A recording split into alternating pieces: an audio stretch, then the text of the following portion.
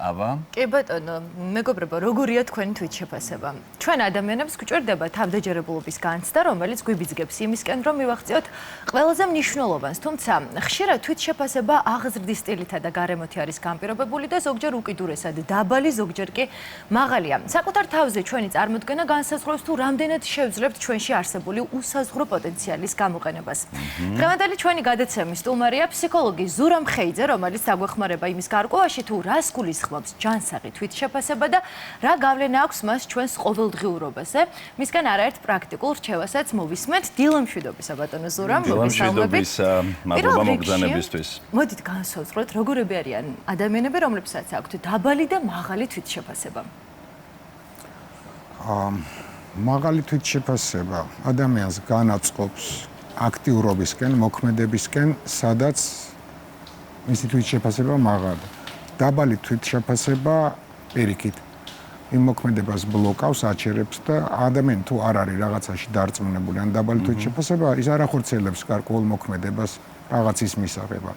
ვისაც მაღალი შეფასება აქვს, ის ახორციელებს. ბატონ ზურა, აი ეს თვით შეფასება რას ნიშნავს ზოგადად, როგორ ყალიბდება, საიდან მოდის და რამდენად დიდი როლი აქვს ამ უკანასკნელს უკვე ბავშვობის ადრინდელი პერიოდიდან დაწყებული იმ მომენტამდე, რა მომენტშიც ცხოვრობს და აგრძელებს ცხოვრებას ადამიანი. ზოგადად თვით შეფასება ყალიბდება იმ სოციალ-კულტურულ გარემოსთან მიმართებაში, ანუ ადამიანი თავის თავზე წარმოდგენას იქმნის, სადაც ცხოვრობს, აი რა სოციალურ იმ ნორმებთან მიმართებაში ის ნახულობს რა ადგილი უკავია ასეთ ნორმებს, ხო? მაგალითად, სიტყვაზე ბრაზილიაში თუ ცხოვრობ და ბიჭი ხარ და ფეხბურთს არ თამაშობ ან არ გიყვარს. ეს ძალიან ცუდია, იმ წრეში ვერ შედიხარ. ამიტომ კონკრეტული სოციალ-კულტურული გარემო განსაზღვრავს ხოლმე საკუთარ თავზე წარმოდგენას და ეს დაახლოებით შეიძლება თქვა 90-95% რა გარემოშიც ვიზდებით, იმ ნორმებთან მიმართებაში ხდება. მაგალითად, იგივე მოდა, ხო, სილამაზის. თქვენ ახლა დააკვირდით, რომ სხვადასხვა წლებში სხვადასხვა კრიტერიუმები იყო სილამაზის. რაც მაგალითად 30-იან წლებში და 40-იან წლებში აქ ვიღაცა შეიძლება მოეჩვენოს, რომ წონაში მაგრაა მომატებული განსხვავებით იმ ნორმებს. ანუ რა ნორმებიც არის იმასთან მიმართებაში თქვენ ადგენთ სტატუსს. რაც შეიძლება ბავშვობას. ბავშვობაში ორი ეტაპია გარდატეხის ეტაპამდე ბავშვისთვის მნიშვნელოვანია უფრო ხოლმე მშობლის ან ავტორიტეტული ტიპის მასწავლებლის შეფასებები.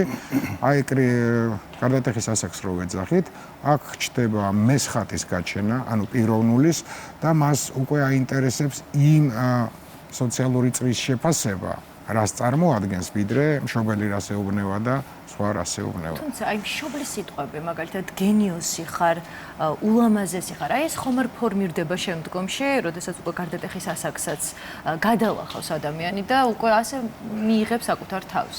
ხო, მაგრამ ხო შემოწმება ხდება. ანუ თქვენ ამ განწყობით შედიხართ სოციუმში და თუ იქ არ მოხდა ამის და დასტურება, მაშინ სერიოზული პრობლემები გაქვს. ან სწორდება თქვენი თვით შეფასება, ან ვერ ეგუებით ამ სიტუაციას და მაშინ დაგჭირდება ფსიქოლოგის დახმარება. კი ბატონო, ბატონო ზურა, სად გადის ზღვარი თვით კრიტიკასა და დაბალ თვით შეფასებას შორის? ზედმეტი და გადაჭარბებული თვით კრიტიკა ხომ არ გვიბიძგებს ნაკლები სითამამისკენ და უკვე გვაბრკოლებს შემდგომში. სიტყვა ზედმეტ, სადაც გამოიყენებთ, თვითონ გეუბნებათ, რომ არ უნდა გააკეთოთ ზედმეტი. ანუ თუმცა თვით კრიტიკა რამდენად არის? თვით კრიტიკა, თუ ეს თვით კრიტიკა ემსახურება შემდეგი განვითარებას, ნახე, თუ თვით კრიტიკული არ ახარ, შენ ვერ ხედავ რა გაქვს გასასწორებელი, რაზე გაქვს სამუშაო, ასე რომ თვით კრიტიკა თუ გამოიყენება, როგორც გზამკვლევი, ასე ვთქვათ, საითკენ წავიდე, როგორ განვითარდე, ამან შეიძლება თვით შეფასებაზე არ იმოქმედოს ძალიან. ერთია რომ მე ვარ ესეთი და მეორეა ის რომ მე მჭირდება ეს რომ გავხდე ის ერთის შემთხვევაში დასკვნა გამოგაქვს, მეორე შემთხვევაში ეს არის გზა, შენ იცი რა უნდა დაძლიო, რა უნდა გადაიტანო, რომ ასე ვთქვათ, მიაღწიო განვითარების რაღაც ახალ საფეხურს. ამიტომ ზედმეტი თვითკრიტიკულობა რა თქმა უნდა მოქმედებს თვით შეფასებაზე, მაგრამ ეს არაა სავალდებულო, რომ აუცილებლად დაადაბლოს ეს ჩვენ თვით შეფასება. როგორც წესი ადამიანებს საკუთარი თავის შეფასება ძალიან გვიჭირს ხოლმე.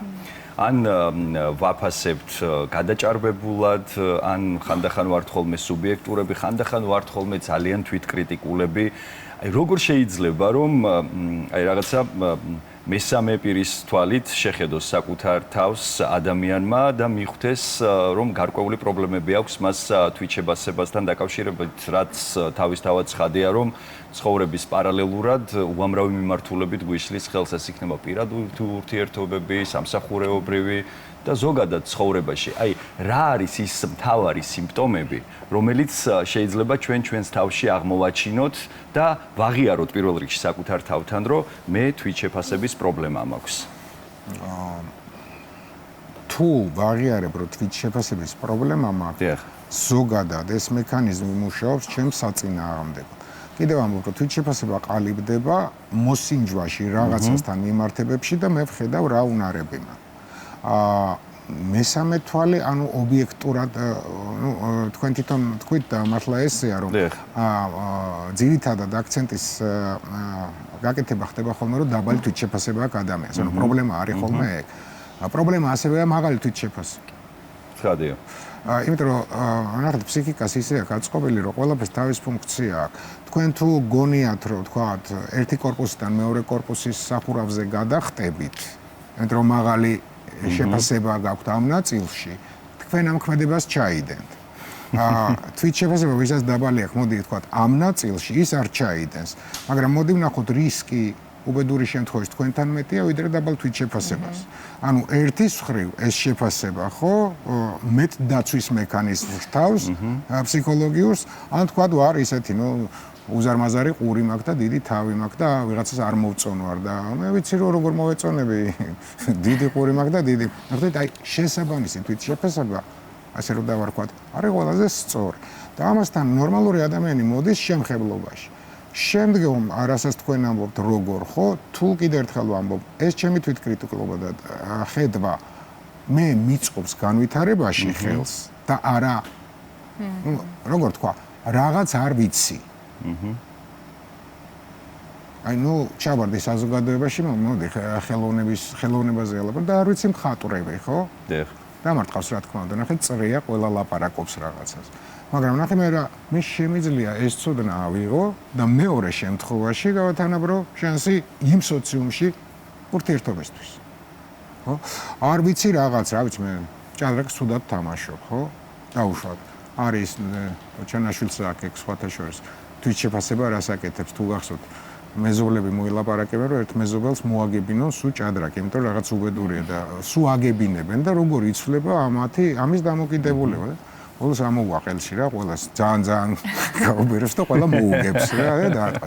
ხო, ასე რომ ეს ვარიანტია რა, გააჩნია რა დამოკიდებულება მაქვს აი ამ თემასთან მიმართებით ერთია გარკვეული უნარები, რისი შეძენა ჩვენ შეგვიძლია, აი მაგალითად რაღაც არ ვიცით და ამ ნაწილში მე დაბალი თვითშეფასება მაქვს და შემიძლია ეს უნარი შევიძინო, შემიძლია განათლება მივიღო და შემდეგ ვისაუბროთ თუნდაც იგივე მხატვრობაზე, ლიტერატურასა და სხვა თემებზე და ამ ნაწილში ჩემი თვითშეფასება გამოვასწორო, თუმცა არსებობს რაღაც თვითნაბადი, მაგალითად იგივე როგორიც არის ჩვენი ვიზუალური მხარე, რაც თქვენ უკვე ახსენეთ რამოდენიმე წუთის წინ.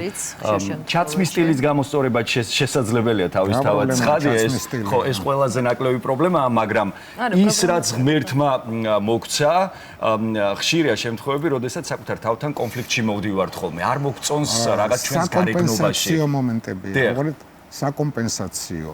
საერთოდ გავლენას ადამიანზე ახდენს ემოცია. ანუ ემოცია. აი თქვენ რო თქვით გარეგნობა მაგალითად.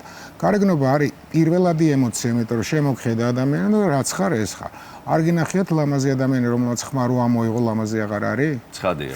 არ გინახიათ პირიქით, მოდი ესე თქვა, არა ლამაზი და ძალიან სიმპათიურია, ემოციას საიდან გააჩენ, შენ თუ ემოციას შექმნა. ამიტომ არის ბევრი საკომპენსაციო მომენტი, რითაც შენ სასურველი, აი თუნდაც გახდი ადამიანის, თუმცა არც ისეთი გარეგნობა. თუ აი ეს გარეგნობა ადამიანს არ აკმაყოფილებს და ეს მთავარ პრობლემას წარმოადგენს მისი ცხოვრების პარალელურად და უჩენს გარკვეულ კომპლექსებს, მას არ მოსწონს საკუთარი თავი, ვერ იღებს საკუთარ თავს ისეთს, როგორიც არის და უშლის ცხოვრებაში ხელს. აი რას ეტყოდით ეს ადამიანებს? აი ზუსტად იმას, რომ თუ ჩვენ რამე გვინდა მევეღოთ, შესაბამისი ემოცია გვჭირდება იქით. და თუ თქვენ შეგიძლიათ შექმნათ ემოცია, მიიღებთ იმას, რაც გაქვთ. ოღონდ ეს სიტუაცია არ ყოფილა, რომ აი, მიხვედით სადმე წვეულებაზე, ვიღაცა ადამიანები არიან, არავინ არ მიიქცია მაინც და მაინც თქვენი ყურადღება. უცებ აიღო ერთმა გიტარა, დაუკრა იმღერა და ეხლა უკვე გიყვარს, მოგწონს, გაგიჟებული ხარ. 2 წუთის წინ მის მიმართ ნულოვანია. ხო, არა ვარ თქვა ძალიან ლამაზი, მაგრამ ვარ თქვა ჭკვიანი. არ ვარ ესეთი, მაგრამ ვარ რაღაცა. ნახე, ემოციის მიღება, ემოცია იმისთვისაა საჭირო, რომ რისთვის გჭირდება ზოგადად ემოცია? გავლენისთვის. გავლენისთვის გჭირდება საკუთარი ინტერესების გასატარებლად. შესაბამისად, ჩვენი სურვილი არ არის საკმარისი ხოლმე მივიღოთ ცხოვრებაში ის, რაც გვინდა. ჩვენ უნდა მოვიფიქროთ, როგორ უნდა მივიღოთ. ამას ნიშნავს, რომ მე ჩემი ქმედებები უნდა იყოს ისე აწყობილი, რომ იქიდან თუ ვერ ვქნი ემოციას, მეორე მხრიდან შევქნა, მესამე მხრიდან, ასე ვთქვათ, ძალიან ბევრი საკომპენსაციო მომენტია და მივიღო ის, რაც მე მინდა. და ისედაც ეგრეა, ადამიანი ესე ფიქრობს, ხო, არა ვარ ლამაზი, მაგრამ ვარ, ვთქვათ, პირობითად მაგარი ჭკვიანი. არ ვარ ის, მაგრამ ვარ ეს, ხო? ეს ბევრი მექანიზმია და გადახედვა უნდა, რაში უნდა გაძლიერდე, რომ შენ მიიღო ის სტატუსი იმ სოციოკულტურული მასში, იყო დაფასებული არა გარეგნობის გამო, არამედ სხვა რამის გამო. განსხვავებით მიზანი რა გვინდა და მე როგორ ვიმოქმედოთ იმისკენ? მიზანი უნდა იყოს ერთი, სულ ამას ვამბობ, რომ კვირა რო გაივლის, უფრო ჭკვიანი უნდა იყო, ვიდრე წინა კვირაში იყო. და არა მარტო წონას მიაქციო ყურადღება წინა კვირაში, რამდენი გრამი მოიმატე და ეს ყველაზე მარტივი საკორექციოა. სულ მაგას ვამბობ, რომ ახლა ბავშვებთან შეხვედრა მაქვს ხოლმე ხანდახან და ვეკითხები, რო გაიზდები, როგორი გინდა იყო. თქვენ იცით, რომ არავინ არ ამბობს ჭკვიანი. ანუ გონიერებას არ წარმატებული ყველას უნდა იყოს. და წარმატებული და ჭკვიანობა ერთმანეთთან კავშირში არ არის. აი ახლა უბრალოდ უკავშირშია ჭკვიანი თუ წარმატებული ხარ, მაგრამ წარმატება, რადგან კრიტერიუმი შეცვალეთ თქვენ ყველამ, ნახვების რაოდენობაა წარმატება და არა რამის შექმნა. ნახვების რაოდენობის აღება ძალიან ადვილად შეიძლება ძალიან სულელური რაღაცეებით, ანუ დიდი ნიჭი მაგას არ ჭირდება. კი ბატონო, ახლა ჩვენ უამრავი ადამიანი გვიყურებს და განსაკუთრებით ჩვენი მაყურებელი თავისთავად ცხადია, რომ არიან ხოლმე მშობლები, ასევე უმცროსი თაობაც, შესაბამისად ძალიან საინტერესო იქნება თქვენგან რჩევა.